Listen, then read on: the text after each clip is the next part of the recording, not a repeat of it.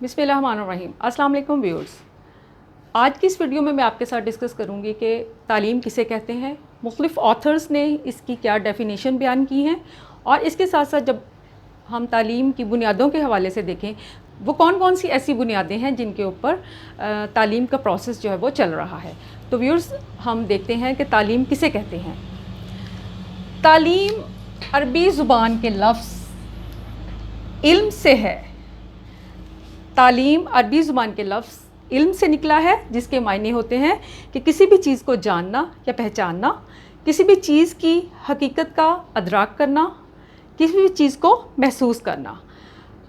اور تعلیم کے لیے انگلش کا لفظ ایجوکیشن استعمال ہوتا ہے۔ ایجوکیشن کا لفظ 4 لیٹن ورڈز سے مل کر بنا ہے۔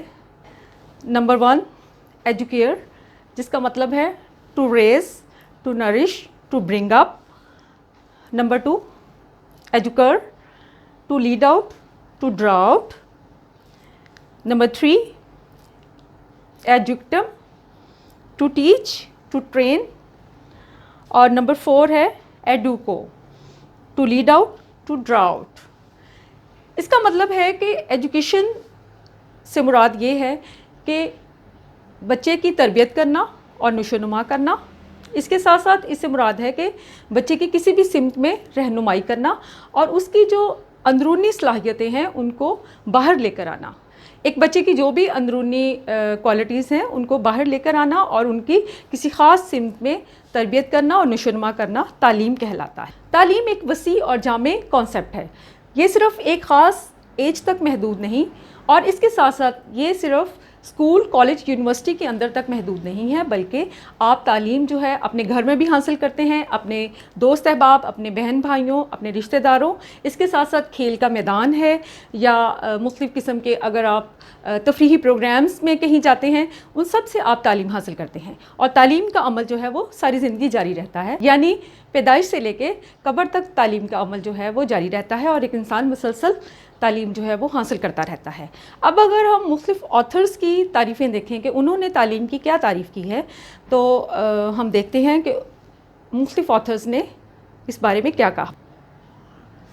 جی، جیسے کہ سقراط کے مطابق education refers to discover the universal principles of truth, beauty and goodness which governs his character, یعنی کہ سقراط نے ٹروتھ، بیوٹی اینڈ گڈنس کو حاصل کرنے کو ایجوکیشن کہا ہے۔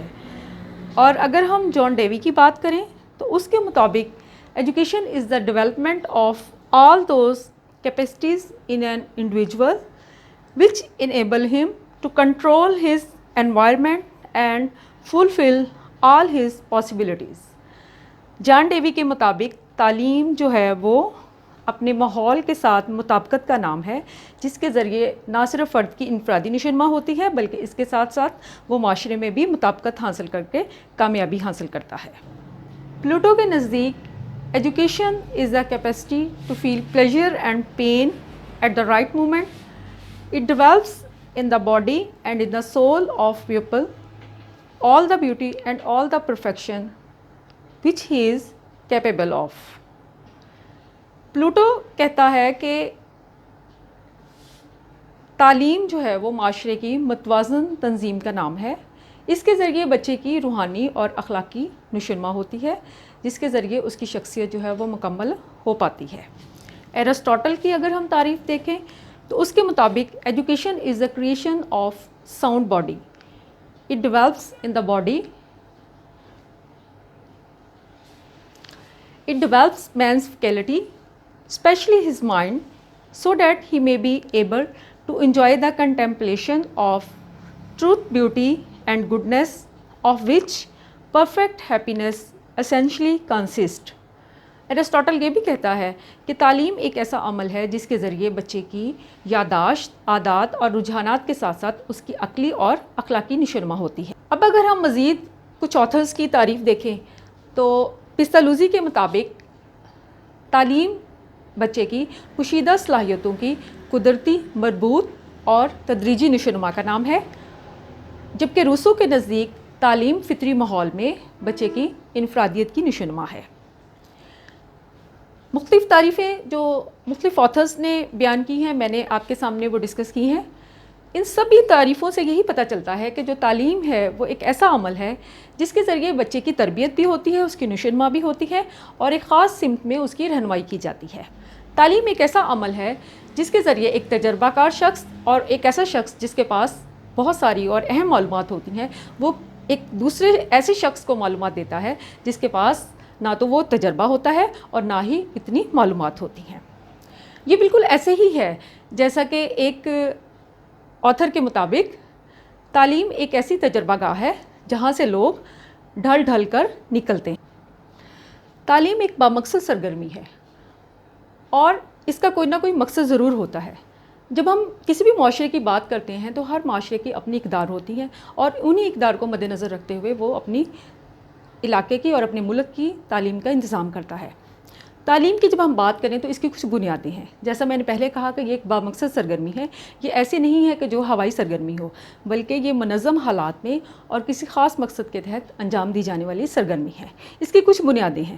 سب سے پہلی بنیاد ہے فلسفیانہ۔ فلسفہ کیا ہے؟ فلسفہ کسی بھی چیز کے بارے میں جاننے کا نام ہے۔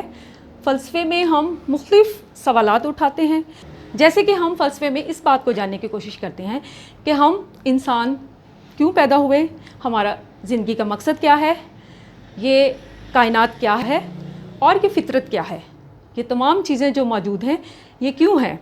گویا بہت سارے حقائق کے بارے میں جب ہم سوالات کرتے ہیں اور زندگی کی حقیقتوں سے جب پردہ اٹھایا جاتا ہے تو اسے فلسفہ کہتے ہیں۔ ہر قوم کی، جیسے میں نے پہلے بات کی کہ اپنی اقدار ہوتی ہیں، ہر قوم کا ایک اپنا فلسفہ حیات ہوتا ہے، زندگی گزارنے کا ایک طریقہ ہوتا ہے اور وہی اس کی تعلیم کے حوالے سے اس بات کا فیصلہ کرتا ہے کہ تعلیم کے مقاصد کیا ہوں گے اور تعلیم کس بنیاد پر کھڑی کی جائے گی۔ جیسا کہ ہم لوگ، میں نے پہلے بات کی کہ ہم اسلامی معاشرے میں رہ رہے ہیں، ہم الحمدللہ مسلمان ہیں، تو ہمارا ایک اسلامی فلسفہ ہے جو ہمیں اس بات کے لیے تاکید کرتا ہے کہ ہمارے بچوں کے اندر عدل و انصاف پیدا ہو، اخوت کا جذبہ ہو، مساوات ہو اور اس کے ساتھ ساتھ وہ اسلام کے عقائد کے اوپر مکمل طور پر عمل پیرا ہو۔ گویا فلسفہ جو ہے وہ تعلیم کے لیے ایک اہم بنیاد فراہم کرتا ہے، نہ صرف کہ تعلیم کے مقاصد کو تعین کرتا ہے بلکہ وقت کے ساتھ ساتھ، جیسا کہ آپ نے دیکھا کہ دنیا جو ہے وہ ڈائنامک ہے، دنیا روز بروز چینج ہو رہی ہے، تو یہ فلسفہ جو ہے وہ بدلتی ہوئی دنیا کے ساتھ ساتھ تعلیم کے مقاصد کا تعین کرتا ہے۔ دوسری بنیاد کو جب ہم دیکھیں تو مذہبی بنیاد ہے۔ ہر قوم کا کوئی نہ کوئی مذہب ہے، ہر قوم کے کچھ نہ کچھ مذہبی عقائد ہیں، تو تعلیم کی بنیاد مذہب پر بھی رکھی جاتی ہے۔ اگر ہم مذہب کے اوپر تعلیم کی بنیاد نہیں رکھیں گے تو تعلیم بلا مقصد کی ایک سرگرمی ہوگی، کیونکہ مذہب کی جب ہم بات کرتے ہیں تو مذہب یہی چاہتا ہے کہ بچے کے اندر روحانی طور پر کچھ اقدار پیدا ہوں اور اس کے ساتھ ساتھ وہ دنیا میں بھی اپنے کردار کو کارآمد بنائے۔ تو تعلیم کی اگر ہم بات کرتے ہیں تو تعلیم کا مقصد بھی یہی ہے کہ بچہ انفرادی طور پر بھی نشوونما پائے اور اس کے ساتھ ساتھ معاشرے میں بھی وہ مطابقت حاصل کرے۔